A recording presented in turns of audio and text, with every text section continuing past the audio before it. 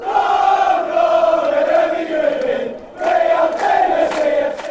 to the Toffee Blues, your source for all things Everton, and welcome to my summer transfer window roundup special, where I'll be bringing you up to speed with all the latest Everton transfers to the continent, and I'll be running the rule as well over Everton's transfer window as a whole.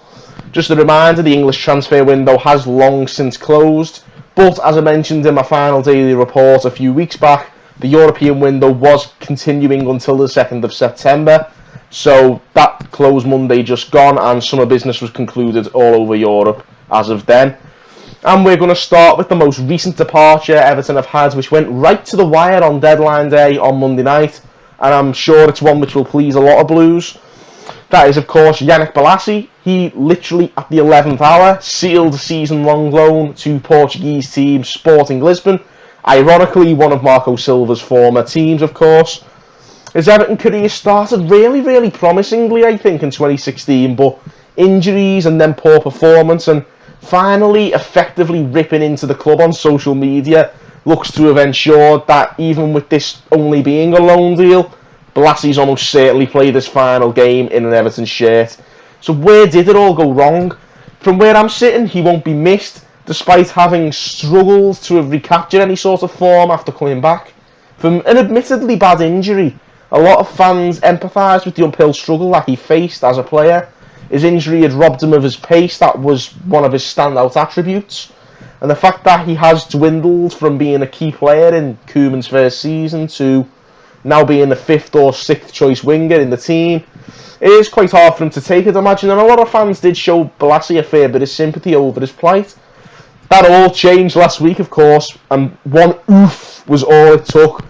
Since that unprofessional Twitter post by Bolasie, his relationship with both club and fans has rapidly deteriorated, and a few more anti-Everton tweets later, most notably comparing our treatment of him to playing with Lego, strangely enough. Most of us were thrilled eventually at the prospect of him leaving the club as deadline day approached, and thank God we did manage to get a deal done there. And as fans, we were equally rejoicing last week when another long-term Everton enigma, Kevin Mirallas, was finally shifted as well from the Everton payroll. He completed a free transfer back to his native Belgium and signed for Royal Antwerp. Mirallas hasn't kicked a ball for Everton since December 2017 against Apollon Limassol, and considering that he wasn't even fancied by Sam Allardyce, the writing was almost certainly on the wall for Kevin Mirallas, despite his little outing as a right-back in pre-season. Even then, his departure, I think, is still quite bittersweet for me. It's easy to forget now what a great player Mirallas was in his early years with us, particularly under Roberto Martinez, when he scored many a great goal. But we were always getting that feeling that he could have offered so much more, I think. So the question is, Mirallas an example of unfulfilled potential? And the wide player exodus does not stop there. Henry Onyekuru finally completed a permanent move away from Everton after a grand total of 0 Everton appearances, owing to obviously the issues he had getting a work visa in England. He completed a 13 million transfer to Monaco just a few days after our own deadline day, when we took Djibril Sidibe in the other direction on a loan. Onyekuru will always be a case, I think, of what might have been, given that he never kicked a ball for us, and I'm sure we'll regret the way it turned out, because I do think he has got the quality to go up another level, and we'll see him play in European competition for some years to come. The final permanent departure is another one which is bittersweet, because it, in the same way as Mirallas, it evokes great memories from the Martinez era for me. James McCarthy. In the midst of all the deadline day chaos, when we thought we might have been getting Wilfred Zaha, then we weren't, it was easy to forget the departure of McCarthy to Crystal Palace on deadline day. He completed an 8 million move to South London on deadline day. He never got off the bench, unfortunately, when they played against us on the opening day, but he has since made his debut, and he was even recalled to the Ireland squad, only in typical McCarthy fashion, to withdraw to focus on regaining his fitness. And it's hard to forget, really, how McCarthy was one of the key figures in this team under Roberto Martinez. All action displays in his first couple of years. When fit, he was one of the first names on the Everton team sheet. He was a real fan favourite because of his lung-busting performances, his high work rate in the middle of the park, and he could play a bit as well. So it is a real shame to see what was a promising career dwindle the way his has, and the way injuries has wrecked that really for him. His Ireland appearances did seem, though, to be one of the regular causes of these injuries, and post-Martinez we never really got to see him feature prominently because of that.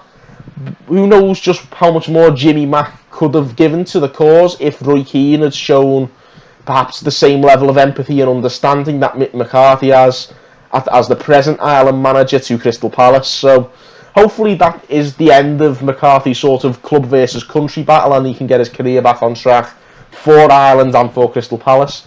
Nonetheless, nobody was to blame for the horrific leg break which effectively finished his Everton career, and it certainly has been a long way back for him to get back to playing Premier League football, which is quite a challenge, and I think he's done really well. So hopefully his injuries are now behind him, and perhaps in contrast to the mixed emotions surrounding the likes of Mirallas and Balassi, I think we can speak for everybody in wishing James McCarthy all the best for the rest of his career. Moving on now to the loan deals, there have been a few to mention. Shortly after we beat Lincoln City in the League Cup last week, we agreed a deal to loan them one of our many well-travelled under-23 players, Callum Connolly. Connolly, of course, can play at right-back as well as a central midfield role, so there's a good chance that he could displace their top-notch Sporting faux hard case of a right-back, Aaron Lewis, who, of course, made a bit of a splash for all the wrong reasons in that game with a very, very nasty tackle on Richarlison late in that game, as well as pretty much stirring up that melee in the goal after Sigurdsson's penalty. So maybe there's a bit of poetic justice in that transfer as well, who knows. Finally, a bit of a bizarre one concerning another one of our title-winning under-23 players from last season. Our Scottish under-21 striker, Fraser Hornby, has sealed a season-long move on loan to play for KV Kortrijk in Belgium, which is a very rare move for a young lad. We've seen the likes of Ademola Lookman and now John Joe Kenny move to Germany, but Belgium is not a very well-beaten path for lads coming out of English academies, so it'll be interesting to see how he adapts to the culture over there in Belgium. Hornby still looks like he lacks that bit of an X-factor to me, in a similar way to Calvert-Lewin maybe. He seems to lack that football brain, the killer instinct to match the physicality he's clearly got. And I'm hoping maybe that playing some continental football, maybe he could learn a lot from that, and hopefully it's the big break he needs to help him kick on and he'll come back to Everton a better player. So that brings us up to date as far as Everton transfers are concerned. For the most part, just what the doctor ordered for Marcel Brands, I'd like to think. 6 first-team arrivals in: Gomez, Delph, Lussell, Gbamin, Iwobi and Moise Keane. But most importantly, perhaps, upwards of 20 first-team departures by means of either permanent transfers or loan deals. And that's one colossal squad call indeed. As far as all the loan departures are concerned, John Joe Kenny is the only one I can actually see returning to play for the first team in the future. As a side note to all this, John Joe Kenny is actually doing bits for Schalke in the Bundesliga, so definitely be keeping an eye on Schalke this year. I mean, Schalke are my favourite Bundesliga team anyway, so I'll certainly be keeping an eye on them and John Joe Kenny in particular. So good luck to Schalke and John Joe Kenny ahead of the new Bundesliga season. The other loanees, as far as it goes for them, I can't see many of them making the cut at first team level. Josh Bowler and Kieran Dowell are the only two at a push that maybe might make it, but even then I think that's an outside chance now. I think the ship might be quickly sailing on a lot of these players. The rest of those loan transfers appear to be simply paving the way for a permanent exit as their contracts near their end. And hopefully, if they perform well, it might even be enough to recoup a transfer fee for a few of them for next summer. I will finish off by just running the rule over our own 6 signings. Moise Keane looks like he's got the killer instinct. He, of course, was the big eyebrow-raising transfer of the summer that maybe we pulled off. He does seem to have the killer instinct that we bemoan Calvert-Lewin for lacking, and maybe he does offer that different dimension for us up front. I'd like to think it's only a matter of time before he gets his first Everton goal. The only criticism of him, or in all honesty, is probably more of a criticism of our setup, our team setup, is that I'd like him to make the forward runs, suits him face forwards rather than playing that Calvert-Lewin-esque hold-up forward role, if you like. We might get more out of him in that way, in a similar way to what we did to Lukaku maybe when The more he faced forwards, the more deadly he became a goal scorer. But that obviously rests with Marco Silva's setup and, of course, how the team performs on the day more than anything else. So there's certainly plenty of time, and Moise Kean, I do reckon, will become a very good player for us. Just the one appearance for Djibril Sidibe so far. He struggled in the early stages of the Lincoln game. But in fairness to him, he grew into the game, he kept at it, and as it went on, I think he got better and better. So I reckon he will become a decent player for us again, particularly during this season while he's on loan. He'll give Coleman a real run for his money, I think, at right back. Particularly during that Christmas period where we might need to rotate the 30-year-old in and out of the team. And given he's only on loan with a view to a permanent deal, the pressure is very much off him, I think, in my opinion, and hopefully that helps him to perform in what might be his only Everton season, but I hope it isn't. Hard to judge, really, Jonas Lussell at this moment, given that he's not played the game for us. And again, not much grounds to scrutinise Jean-Philippe Gbaman either, because he's injured. I was impressed by his only start as of yet when we beat Watford. And I do think he will eventually develop into the defensive midfielder that we need, in a similar mould maybe to the way Leicester lost that all-action player in N'Golo Kante and replaced him with a far more physical defensive mid in Wilfred Ndidi. I think perhaps that might be the route we're going down, and that might be the midfield setup we have once Baman's fit and in the first team. But I'd like to reserve some special praise for our deadline day acquisition. For those of you who tuned into my live deadline day special on this channel, you might remember how distraught I was at the prospect of us spending 35 million to buy Alex Iwobi from Arsenal. I thought we'd honestly had our pants pulled down with that transfer.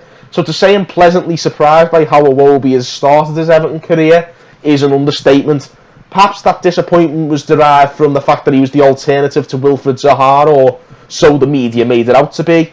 And he looked like a bit of a Steve Walsh-esque panic buy on deadline day, and I was livid at this deal. I thought we'd become a laughingstock for it. I thought it was absolutely terrible.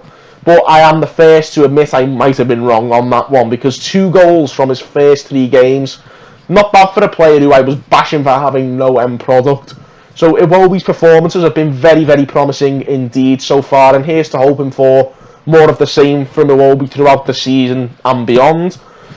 But all in all, another good transfer window for Everton, you'd like to think. 6 in and 20 odd out, that's a statistic that says all you need to know about what we've become since Marcel Brands took on this role as director of football. It's a case of quality over quantity, and every arrival, as I've said on many occasions during my daily reports, they offer something different to the first team to what anybody else we already had did. So there's competition for places, competition for different roles in the team. It's been cranked up, and that's only going to raise the standards at the club. It bodes really well for us this season as we get into full swing. Obviously the season gets into full swing properly really once this international break we're in now gets out the way. For me, the way the team is right now and the way we've progressed is testament to the work that Marcel Brands and Marco Silva have done since they came in. If you just take a look at our squad today compared to where we were just 2 years ago, and that's all you need to look at really to tell you that anything is doable if you've got the right people in charge. For me, this is the best I've felt about us and where we're at as a club in my lifetime. I think we really need to get behind Marco Silva as a manager, because I think he, under the watchful eye, of course, of Marcel Brands, he can do great things here, Marco Silva, with this squad, which itself is beginning to look like one of the strongest squads Everton have had for quite some time. So there you go, here's to a really strong season with a stronger squad, and who knows, a bit of silverware to boot. It's a big ask, but like I just said, nothing is impossible, anything is doable. There you have it, another transfer window has come and gone. Be sure to let us know in the comments section your opinions on Everton's transfer window. How well did we do? What could we have done better? And of course, who do you think is going to be our signing of the summer? Get dropping us those comments, likes and subscribe as well, because we will have more great content coming your way very soon. And until next time, thank you guys for tuning in on the Toffee Blues.